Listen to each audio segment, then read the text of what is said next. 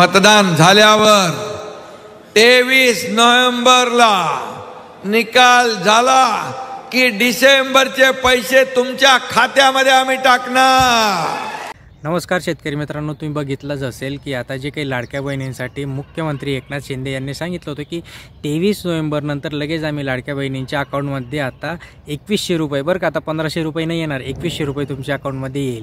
महत्त्वाचं मित्रांनो, अजून तुम्ही सबस्क्राईब केलं नसेल, लाईक केलं नसेल, लाईक करा, एक लाईक नक्कीच बनतो मित्रांनो, लाईक करा, शेअर करा, सबस्क्राईब करा। काय काही कळत नाही आहे, कारण की 9 वाजेपर्यंत सगळे EVM 137 असा आकडा चालू होता, पण अचानक तो 200च्या पार महायुती गेला आणि नंतर महाविकास आघाडी हे कुठं मागे पडताना आपल्याला दिसलं, म्हणजे तो आकडा देखील पार करण्यात आलेला नाही आहे। नेमकं काय झालं असो आपल्याला त्याच्यात काही पडायचं नाही।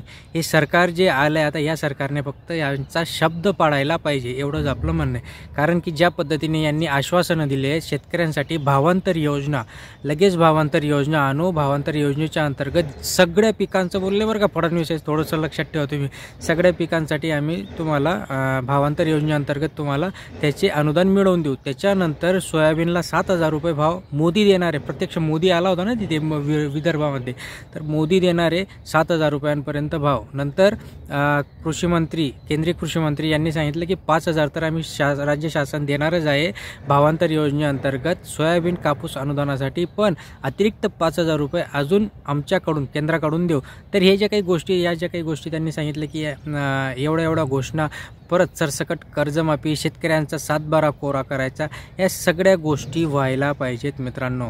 अन्यथा आता काय आहे बघा, कोणाचा तरी काळ असतो, जसं काँग्रेसचा काळ होता, 60 वर्ष काँग्रेस चाललं, त्याच्यानंतर खूप काही पक्ष उभे राहिले पण त्यांना एवढं खतपाणी मिळत नाही गेलं, आणि अचानक 2014 साली सरकार आलं।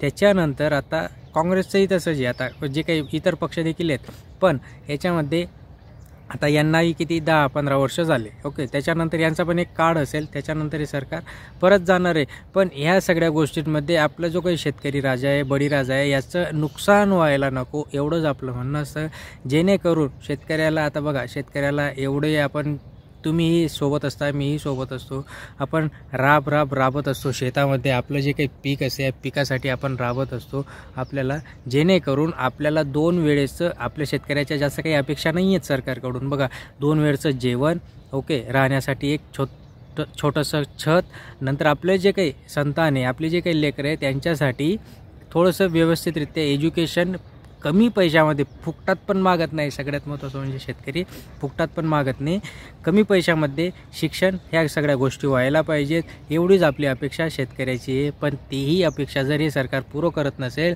खरंच मित्रांनो धन्य आहे या माऊली बहिणींना, यांनी जे सरकार आता निवडून दिलं आहे। थोडासा याच्यात आता वाटतोच, प्रत्येकाची विचारसरणी, ते जे काही महाविकास आघाडी, त्यांना असं वाटतं की याच्यामध्ये घोटाळा झालेला आहे, जसं की EVMचा घोटाळा, ओके, आपल्याला त्याच्यात जायचं नाही आहे, पण जर सरकार आलं आहे तर सरकारची रिस्पॉन्सिबिलिटी, प्राईम रिस्पॉन्सिबिलिटी आहे की या शासनाकडून शेतकऱ्यांना, महिलांना, युवकांना, परत आपल्या तरुण महिलांना न्याय मिळेल, कुठंतरी जे काही खतरनाक कांड होत आहे त्यांना कुठंतरी आळा बसेल, आणि आपल्या आया, बहिणी, युवक सगळे काही सेफ असेल मित्रांनो। आता प्रतीक्षा आहे ती सगळ्या महिलांना, तर आता असं वाटायला लागलं की आजपासूनच पैसे पडतील। आता बघूया कधी आपले मुख्यमंत्री एकनाथ शिंदे, आता मुख्यमंत्री पण कोण होतं असं सगळ्यांनाच आता वाटायला लागलं की एक फडणवीसचे संकेत आहेत, फडणवीस मुख्यमंत्री होईल, पण बघूया आता काय होतं काय नाही, त्याच्यानंतर सगळ्या काही गोष्टी क्लिअर होतील। अशाच महत्त्वपूर्ण माहितीसाठी लाईक करा, शेअर करा, सबस्क्राईब करा।